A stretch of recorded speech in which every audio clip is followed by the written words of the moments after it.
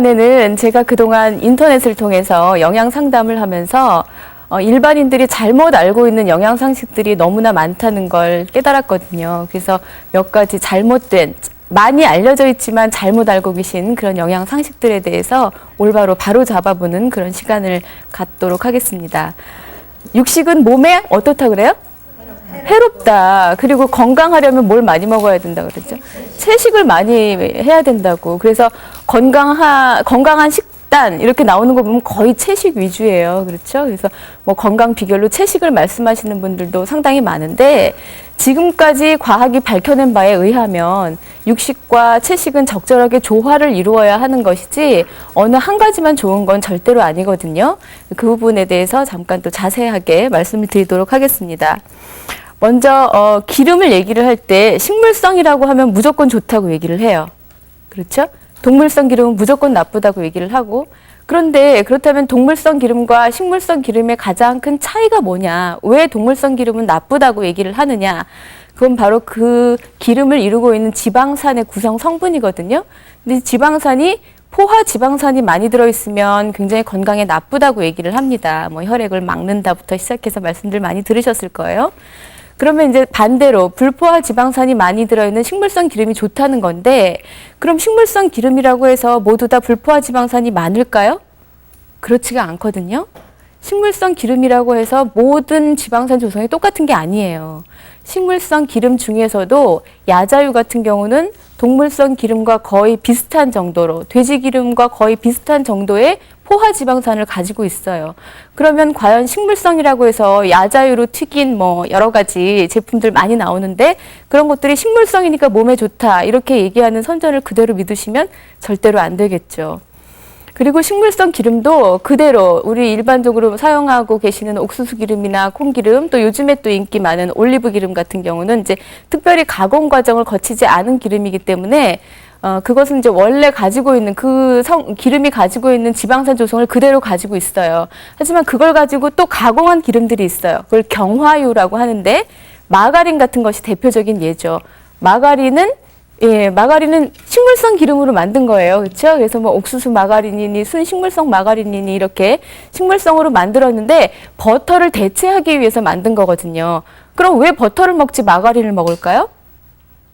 버터가 너무 비싸요. 첫 번째. 그리고 버터는 동물성 기름이잖아요. 우유의 상층액을 걷어낸 것이기 때문에 굉장히 포화 지방이 많거든요. 그러니까 건강에 좋지 않다는 인식이 굉장히 팽배해졌어요. 그래서 식물성으로 만든 마가린을 사용하라고 권장을 하게 되는데 실제로 그 마가린을 만들기 위해서 먼저 사용했던 기름의 조성은 굉장히 우수할 수 있다 하더라도 그걸 가지고 가공해서 만든, 즉 경화유, 딱딱하게 만든 기름에는 원래의 그 기름이 가지고 있던 지방산 조성과는 전혀 다르게 트랜스 지방산이라는 것이 생성되거든요. 이 트랜스 지방산은 원래 자연계의 기름 안에는 거의 들어있지 않아요. 그런데 가공 과정에서 생성되거든요. 트랜스 지방산을 많이 먹으면 심장순환계 질환에 잘 걸린대요. 그러니까 동물성 기름을 안 먹는 것도 중요하지만 가공된 형태의 기름을 먹지 않는 것이 굉장히 중요하죠. 근데 이런 기름이 마가린 같은 데도 많이 들어있고 일반적으로 왜 튀김해서 만든 과자들이 굉장히 많아요. 무슨 스낵 종류.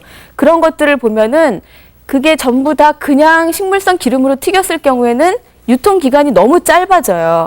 왜냐하면 식물성 기름 안에는 불포화 지방산이라는 것이 많이 들어있다고 했잖아요. 그 불포화 지방산은 공기 중에 놔두게 되면 그게 산패하게 되거든요.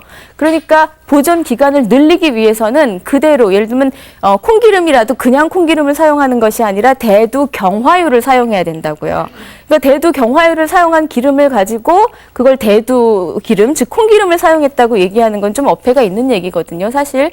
그런데 이제 일반적으로 전공하지 않으신 주부님들 입장에서는 이거는 콩기름으로 튀겼어? 그러면 콩은 건강에 좋잖아. 딱 논리가 맞죠? 이건 건강에 좋을 거야. 이렇게 생각들을 많이 하시는데 그런 가공된 형태의 기름은 모두 다 건강에 좋지 않기 때문에 무조건 식물성이니까 건강에 좋다. 그런 생각은 이제 버리셔야 된다는 거고요. 두 번째로 식물성 기름과 동물성 기름을 비교를 할 때 식물성 기름이 좋다고 하니까 우리 왜 뭐 하나 좋다 그러면 그게 다 좋은 거라 거의 만병통치라고 생각하잖아요. 이거에도 좋고 저거에도 좋고 저거에도 좋고 그러다 보니까 이제 기름을 많이 먹으면 살찐다고 굉장히 싫어들 하시는데 식물성 기름이니까 왠지 살도 안 찔 것 같은 생각들 굉장히 많이 하세요. 그런데 그것도 잘못된 생각이에요. 동물성 기름이나 식물성 기름이나 1g 지방이 가지고 있는 열량은 똑같이 9칼로리거든요. 그러니까 식물성 기름으로 튀긴 것이라고 해서 절대 이건 살도 안 찌겠지 하고 안심하실 수는 없다는 얘기예요. 물론 동물성 지방에 비해서 지방산 조성이 조금 다르고 그런 것으로 인해서 이제 성인병을 유발하는 것이 조금 적기는 하지만 기름은 전체적으로 어쨌든지 간에 좀 주의를 하시는 것이 좋고요. 그런 부분들 잘못된 것을 바로 잡아주시고 앞으로 식생활에 주의를 하시면 좋겠습니다. 두 번째로 동물성 지방도 나쁘지만 동물성 단백질은 굉장히 우수하거든요. 동물성 단백질과 식물성 단백질을 비교해 봤을 때 차이가 나는 것이 이제 단백질은 그냥 양만 많은 게 좋은 게 아니라 질이 달라요, 질이. 그걸 단백가라고 하는데 단백질을 이루고 있는 그 아미노산이라는 것의 조성에 따라서 어떤 아미노산은 굉장히 우수한 것들, 우리 몸에 꼭 필요한 필수 아미노산이 아주 많은 단백질 그룹이 있고 반대로 우리 몸에 꼭 필요하지 않은 것들만 아미노산이 이렇게 뭉쳐져 있는 게 있어요. 그럼 그렇게 된 단백질은 먹어도 별로 소용이 없어요. 그런데 대체로 우수한 단백질 근원은 육식이에요. 예. 그러니까 고기를 많이 먹던 아니면 뭐 제일 우수한 게 이제 계란인데요. 계란의 단백가를 100으로 보고 다른 것들이 이제 단백가를 계산을 하거든요. 그래서 생선이나 어패류 또는 뭐 육류를 많이 드시는 것이 단백질 공급 면에서는 참 좋은 거죠. 근데 이제 이게 딜레마예요. 여기서 우리는 우수한 단백질을 얻기 위해서 고기를 먹어야 되는데 고기 안에 들어있는 지방이 문제잖아요. 그래서 심장순환계 질환을 좀 줄여보겠다, 걱정이 된다 그렇게 생각되시는 분들은 고기를 드시되 기름이 좀 적은 걸 드시면 돼요. 그러면 기름도 적게 먹으면서 우수한 단백질은 다 섭취를 할 수 있으니까 굉장히 좋은 방법이 될 수 있겠죠. 그런데 문제는 기름기가 적은 고기가 대체로 맛이 없어요. 그렇죠. 지방, 식품 중에 들어있는 지방은 굉장히 음식의 맛을 조절하는 역할을 아주 톡톡히 하거든요. 그러니까 퍽퍽하다는 느낌이 들게 그렇게 되는 경우가 굉장히 많죠. 그래서 그 조리 방법에 조금 신경을 많이 쓰셔서 기름이 적게 들어있는 그런 고기를 드시는 것이 좋고요. 그리고 기름이 뭉쳐있는 경우 있어요. 그런 기름은 제거해버리기가 굉장히 쉽죠. 그래서 뭉쳐진 기름, 삼겹살 같은 거 드실 때 왜 삼겹을 지나 요즘에는 오겹살까지 드시더라고요. 그게 이제 거의 보면은 기름 덩어리잖아요. 그러니까 얼마나 열량도 높고 그게 심혈관계 질환에 얼마나 안 좋겠어요. 그런데도 일단 맛은 있으니까 많이들 드세요. 근데 전혀 안 돼요. 절대 안 돼요. 그러면 좀 곤란하겠고요. 그걸 드시더라도 조금 기름 부분은 많이 제거하고 드시는 것이 좋고 닭고기를 드실 때도 껍질 부분을 다 벗겨버리고 드신다든가 그런 노력, 세심한 노력이 좀 필요하실 것 같습니다. 또 건강을 위해서 채식만 하시는 분들의 가장 큰 문제가 되기 쉬운 게 뭐냐 하면 빈혈에 걸리기가 쉬워요. 예. 왜 그러냐 하면 철분은 분명히 식물성 식품 안에도 들어있어요. 그래서 심지어 좀 요즘 이제 사실 건강 영양, 뭐 식품 영양에 관련된 상식들 또 정보가 너무 넘쳐나고 있는데 잘못된 정보들도 굉장히 많거든요. 근데 어떤 방송에 보니까 빈혈 있는데 시금치를 먹으라고 권장을 하는 거예요. 시금치 안에 철분이 굉장히 많이 들어있다고. 그런데 잘못 생각하고 계신 게 뭐냐 하면 철분은 들어있는 양보다 중요한 게 질이에요. 철분이 들어있어도 흡수가 안 되면 소용이 없지요. 철분을 분명히 많이 먹었다고 하더라도 우리 몸에 들어가지 않으면 그게 빈혈 치료에는 아무런 효과가 없어요. 그런데 식물성 식품 안에 들어있는 철분들은 흡수율이 무척 낮아요. 시금치 안에 철분 많이 들어있어요. 시금치뿐만이 아니라 그런 짙은 녹색이 나는 채소류에 보면 상당량의 철분이 들어있습니다. 그런데 먹어도 흡수가 안 된다면 사실 소용이 없겠죠. 그러면 어떤 철분을 드셔야 되느냐? 고기에 들어있는 철분이 흡수율이 높아요. 또 어패류, 특히 조개류에 들어있는 철분들이 굉장히 흡수율이 높거든요. 근데 그런 것을 드시지 않고 그냥 채식만 하시는 분들은 철분이 결핍될 가능성이 무척 높아요. 아주 위험성이 높아요. 철분 결핍뿐만이 아니라 또 한 가지 위험한 것이 비타민 중에서 비타민 B12라는 것이 있어요. 비타민이라고 그러면 한 가지가 아니라 굉장히 여러 가지인 건 아시죠? B군 하는 것도 B가 굉장히 B라고 분류되는 것들이 너무 여러 가지니까 B군이라고 이렇게 얘기를 하잖아요. B군 중에서 B12, 12번째 것이 어떤 역할을 하냐 하면 적혈구가 성숙되는 역할을 해요. 그래서 그것이 부족하면 악성 빈혈이 걸리거든요. 빈혈 걸리는 거, 뭐 부족해서 빈혈 걸리는 거 하면 딱 생각하시는 거 철분들은 다 알고 계시죠? 예, 거기까지는 다 알고 계세요. 그런데 부족했을 때 빈혈이 걸리는 것이 철분 한 가지뿐이 아니라 비타민 B군에서도 굉장히 여러 가지 영양소들이 관련이 있어요. 근데 그 중에 하나가 비타민 B12고요. 다른 영양소들은 동물성에도 일부 들어있고 식물성에도 일부 들어있어서 잘 조합만 해 먹으면 별로 그렇게 결핍이 안 될 수 있는데 유일하게 비타민 B12는 동물성 식품에만 들어있어요. 식물성 식품 중에는 비타민 B12가 들어있는 것이 없어요. 그러니까 채식만 계속해서 하시는 경우에는 비타민 B12가 결핍되겠죠. 비타민 B12가 결핍되어서 생기는 빈혈을 특별히 악성 빈혈이라고 얘기를 해요. 치료가 굉장히 잘 안 되는, 이름에서 느껴지지 않아요? 악성 빈혈. 굉장히 치료가 안 되는 빈혈이에요. 그렇기 때문에 동물성 식품은 나쁘다는 편견을 버리시고 골고루 섞어서 드시는 것이 건강에 여러 가지 면에서 도움이 되신다는 겁니다. 그런데 이제 그러면 얼마나 드시는 것이 건강에 도움이 될 정도의 육류 섭취냐, 이거 굉장히 고민들을 많이 하세요. 쉽게 얘기하면 하루에 한 끼 정도는 주요 반찬으로 동물성 식품 뭔가를 드시면 결핍될 정도는 아니에요. 적어도. 한 끼 정도. 근데 이제 그것이 주 요리라는 거죠. 고기에, 국에 고기 몇 점 들어간 거 이런 건 빼고요. 생선을 뭐 구웠다. 그럼 그 생선 구운 거 한 토막. 예, 아니면 뭐 닭 가지고 요리를 했다. 그럼 닭다리 한 개 정도의 분량. 이런 식으로 적어도 그 정도는 드시는 것이 좋고, 그거 이상 물론 드실 수도 있어요. 그런 경우에 주의하실 점은 동물성 식품과 식물성 식품은 균형이 문제예요. 균형이. 한 가지만 많이 먹어서 좋은 거는 하나도 없거든요. 이 세상에 완전한 식품은 없어요. 아직까지. 완전한 식품이 있으면 저도 맨날 그것만 먹고 살겠어요. 그런데 완전한 식품이 없기 때문에 항상 보완해야 돼요. 상호 보완. 그래서 우리 식탁 위에서도 이것만 좋다, 저것만 좋다 이렇게 고집하실 필요는 없고 그래서도 안 되고 상호 보완적인 관계를 항상 생각을 하셔서 반찬이 아주 여러 개일 필요는 없어요. 그런데 하루에 드시는 식품의 종류는 적어도 30가지가 넘는 게 좋아요. 이런 굉장히 당황들 하세요. 그렇게 많이 먹으라고 30가지? 아, 너무 어려우세요? 한번 세어보세요. 그런데 그 식품의 종류가 그냥 주 요리 한 가지만 말씀드리는 게 아니라요. 몇 가지가 이렇게 섞여 있는 요리들이 굉장히 많아요. 그렇죠? 비빔밥을 해서 먹게 되면 거기 얼마나 많은 종류들의 그 재료들이 많이 섞이겠어요. 그렇죠? 그런 거, 뭐 잡채. 이런 식으로 이렇게 한 가지 요리에 한 가지 재료만 가지고 하는 것보다는 여러 가지 재료가 섞여가지고 예, 그래서 마치 오케스트라가 여러 가지 악기들이 모여가지고 굉장히 멋진 그 화음을 내는 것과 마찬가지로 음식을 드실 때도 식품이 여러 가지 식품이 조합된 그런 식단을 마련하시는 게 굉장히 좋죠.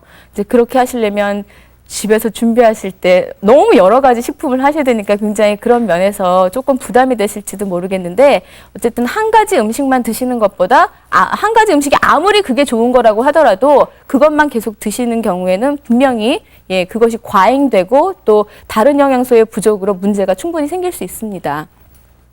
그런데 그렇다면 혈중 콜레스테롤이 높을 때 어떻게 밥을 먹어야 될까? 어떻게 식생활을 해야 될까? 또는 그 이전에 혈중 콜레스테롤이 높아지지 않도록 하려면 어떻게 해야 될까? 거기에 대해서 말씀을 드릴게요. 혈중 콜레스테롤이 높으신 분들 제일 걱정하시는 게 뭐냐 하면 콜레스테롤 높다고 알고 계시는 거 뭐 있으세요? 새우요. 예. 아주 유명해요. 새우가. 그렇죠? 그리고 또 저 장어요. 장어, 오징어, 땅콩이요? 땅콩, 계란. 더 많이 알고 계시겠지만 여기까지만 하겠습니다. 정말 많이들 잘 알고 계세요. 여기서 좀 튀었어요. 땅콩은요. 식물성 식품 안에는 사실 콜레스테롤이 들어있을 수가 없어요. 원래 거의 안 들어있는데 이유가 뭐냐 하면 콜레스테롤이라는 물질이 동물 안에서 합성이 되는 물질이에요. 그러니까 땅콩 안에 들어있으면 안 되죠. 콩기름 선전할 때 콜레스테롤 없다고 하죠. 없는 건 당연해요. 옥수수 기름 콜레스테롤 있을까요? 없어요. 당연히 없어야 돼요. 그래야지 100% 옥수수 기름이고 100% 콩기름이라고 얘기를 할 수 있는 거지. 만약에 그 안에 그 식물성 기름 안에 콜레스테롤이 들어있다. 그럼 뭔가 이물질이 섞인 거라고 의심하셔야 되는 거거든요. 그러니까 당연한 거예요. 콜레스테롤 없는 거는. 그런데 자 이제 콜레스테롤이 많은 쪽으로 넘어가 볼까요? 얘는 지웠어요. 그러면 땅콩은 지워요. 콜레스테롤이 많아요. 새우, 장어, 오징어, 계란. 그런데 실제로 이런 식품들을 먹었을 때 그럼 우리 몸 안에 혈액 안에 콜레스테롤이 얼마나 증가할까? 그걸 실험을 해봤어요. 그랬더니 콜레스테롤이 증가를 안 해요. 너무 충격적이에요. 그 맛있는 새우를 여태까지 콜레스테롤 때문에 못 먹었는데 너무 안타깝죠. 콜레스테롤 증가를 안 해요. 이 이유가 뭔가를 알아봤더니 식품 중에 들어있는 콜레스테롤을 우리가 먹었을 때 우리 몸에 물론 콜레스테롤이 일시적으로는 올라갈 수가 있어요. 근데 장기적으로는 어떤 것이 더 중요하냐 하면 우리 몸 안에서 합성되는 콜레스테롤이에요. 그래서 그것을 좀 있을까요? 내인성 콜레스테롤이라고 그래요. 내인성. 안에서 만들어진 거. 그럼 우리가 먹은 건 뭐라 그럴까요? 반대로 외인성. 예, 외인성 콜레스테롤. 콜레스테롤 이렇게 크게 두 가지가 있거든요.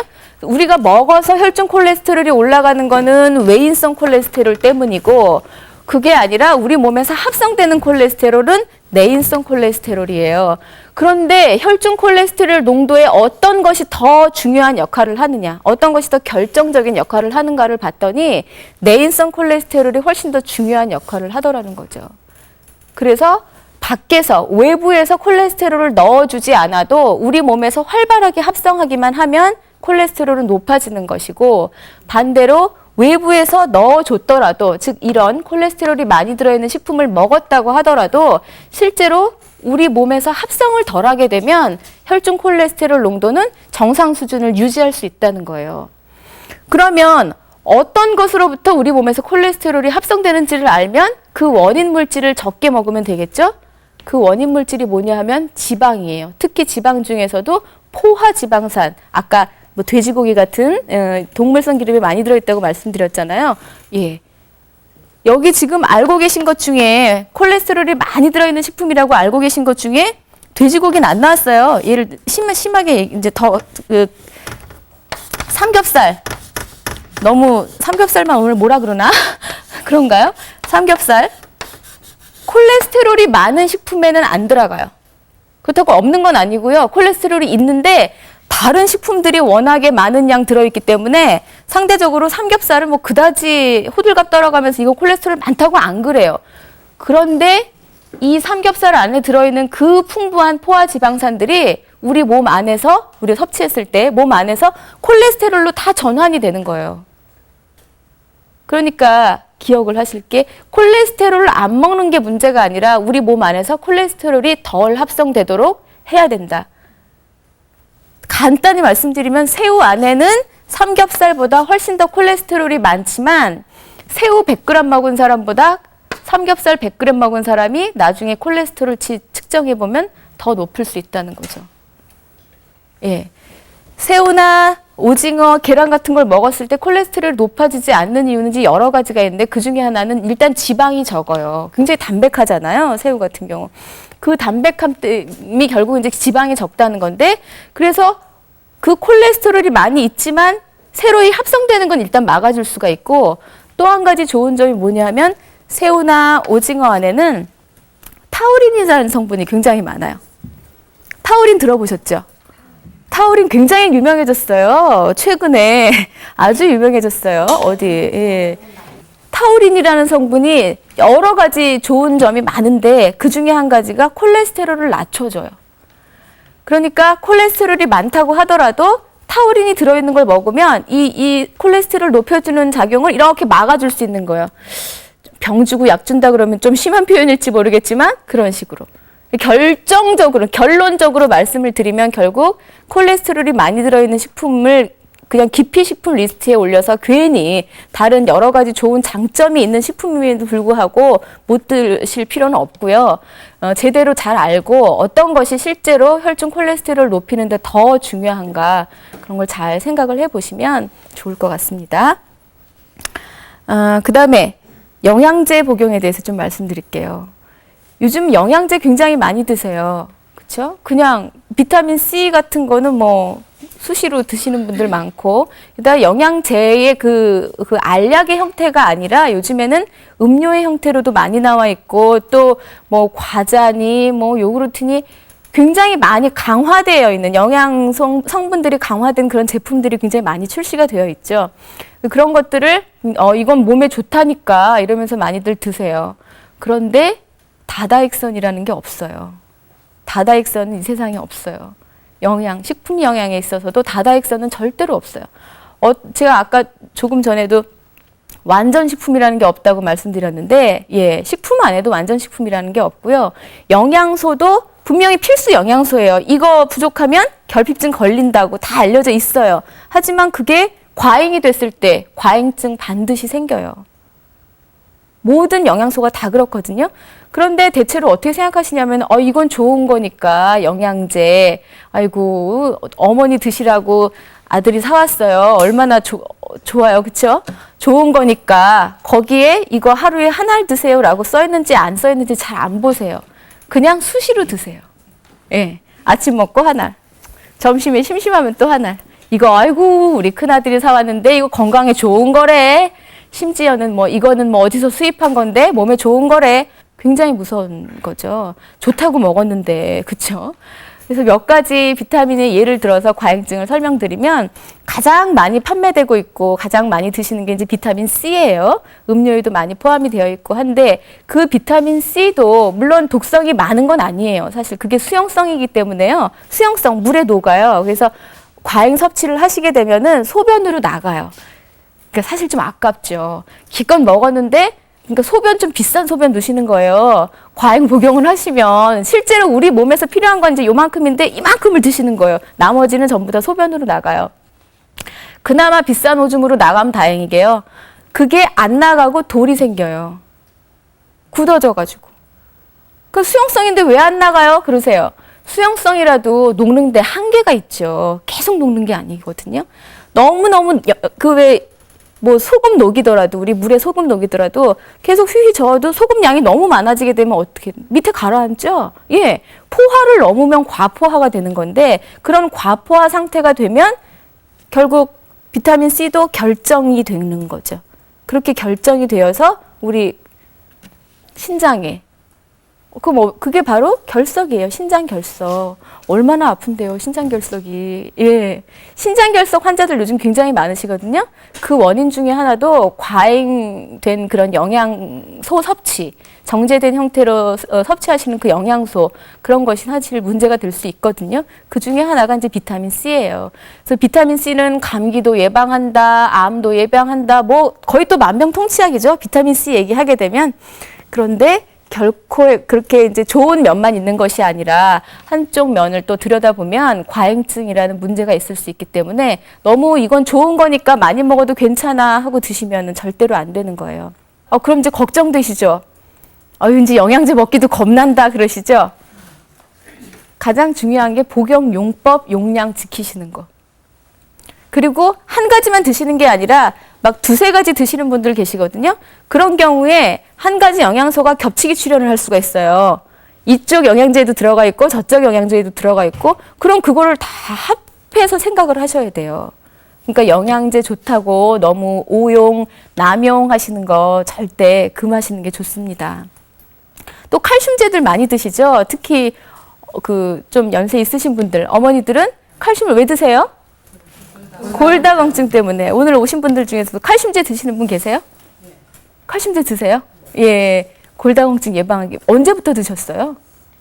2, 3년 됐어요. 예. 칼슘제가요, 사실은 폐경 이전에 드셔야지 효과가 더 좋아요. 그런데 그 이전에는 너무 바빠요. 신경 쓸 일 너무 많아요. 애들 챙겨줘야 되고, 그렇죠. 막 본인의 건강에 대해서 사실 주부들 생각 별로 안 하시죠. 그러고서 이제 젊은 세월을 다 보내셨어요. 근데 어느 날 갱년기가 찾아와요. 얼굴도 화끈거리고 팔다리도 쑤시고 그러다 폐경을 딱 했는데 생각해보니까 어떻게 골다공증이 걱정이 되시잖아요. 그때부터 드시는 게 칼슘이에요. 대체로. 그런데 그때 드시면 흡수율이 무척 낮기 때문에 별로 효과적이지가 않아요. 그 전에 가능하면 20, 30대 때 칼슘을 많이 드시는 것이 좋죠. 20, 30대는 근데 칼슘을 그렇게 보충제 형태로 드실 필요는 없고 식품 중에 들어있는 칼슘을 많이 드시면 이제 그것으로 충분한데 어쨌든 그때 미리 투자를 해 두셔야지 뼈가 건강한 거지 뒤늦게 챙기는 경우에 별로 도움이 안 돼요. 그럼 이제 늦었는데 어떡하나? 이대로 살다 죽어야 돼? 그렇게 생각하지 마세요. 그건 아니고요. 지금 칼슘제를 드실 때, 즉 50대 이후에 칼슘제를 드실 때 좋은 그 칼슘의 흡수율을 높이는 방법은 뭐냐면 콩을 같이 많이 드세요. 콩 안에는 여성 호르몬의 역할을 하는 그런 에스트로겐, 피토에스트로겐이라는 것이 들어있거든요. 그 성분을 드시게 되면 칼슘의 흡수를 촉진해요. 그 폐경기 이후에 여성에게 칼슘 흡수율이 낮은 이유가 바로 여성 호르몬이 부족하기 때문이거든요. 그러니까 부족한 여성 호르몬의 역할을 대신해 줄 수 있는 걸 식품에서 찾는 거예요. 그게 바로 콩이에요. 여성분들한테 그래서 콩 요리가 굉장히 건강에 여러 가지 면에서 도움이 아주 많이 됩니다. 그러니까 콩 그냥 뭐 밥에 넣어 드시는 콩도 좋고 콩 자반의 형태로 드셔도 좋고 또 콩을 가지고 우리나라 사람들은 굉장히 여러 가지 요리를 특히 이제 두부의 형태로 가공 많이 해서 드시는데 그런 콩 제품을 많이 드시면 지금 좀 약간 늦은 감이 있어도 그 칼슘 늦게라도 섭취하게 되신 그 칼슘이 훨씬 더 효과적으로 흡수가 되실 수 있어요. 그런데 또 이제 칼슘이 과잉되는 경우가 또 있어요. 칼슘도 그 가공식품들 보면은 굉장히 뭐 이제 장점을 막 얘기를 하면서 칼슘이 첨가됐다 이렇게 얘기를 하는 것들이 많이 있거든요. 근데 그런 것들을 여러 가지 식품을 함께 드시게 되면 그것도 과잉이 될 수 있어요. 뭐 주스를 마셔도 칼슘이 들어가고 과자를 먹어도 칼슘이 들어가고 하다못해 뭐 라면을 먹어도 칼슘 넣어서 반죽해야 되고 거기다가 칼슘제까지 함께 드신다. 그럼 좀 곤란할 수 있죠. 칼슘제 많이 드시면 아까 비타민 C 많이 드셨을 때 문제 되는 것처럼 결석이 생길 수가 있어요. 예. 또 한 가지 변비가 생길 수 있어요. 그래서 임신해가지고 칼슘제 드시는데 임신하면 이제 영양제 먹잖아요. 아이를 위해서. 본인을 위해서는 잘 안 먹어도 아이를 위해서는 드시죠. 먹는데 칼슘제만 먹으면 변비 생긴다는 분 많으세요. 예, 그 경우 그 칼슘제의 복용 양을 좀 줄이시거나 칼슘제를 다른 걸로 대치를 하시거나 그런 방법을 사용을 하셔야만 변비를 예방을 할 수가 있고요. 결석을 예방하기 위해서도 비타민 C에 였을 때와 마찬가지로 용법 용량을 반드시 지키셔서 과잉 복용되지 않도록 하시는 것이 굉장히 중요해요. 그러니까 비타민제, 영양제, 다다익선 절대로 아니라는 거 꼭 기억을 하셔서 필요한 만큼만 꼭 섭취를 하시기를 바랍니다. 그 다음에는 이제 좀 간단한 얘기가 될 텐데 속 쓰릴 때 뭐 제일 많이 드세요? 속이 쓰려요. 그러면 우유를 많이 드세요. 예. 속 쓰리면 우유를 드세요. 우유는 일시적으로 속쓰림을 완화시키는 작용이 있어요. 분명히. 그런데 이게 우리가 잠깐 살다 죽을 게 아니잖아요. 장기적으로 봐야 되잖아요. 우유는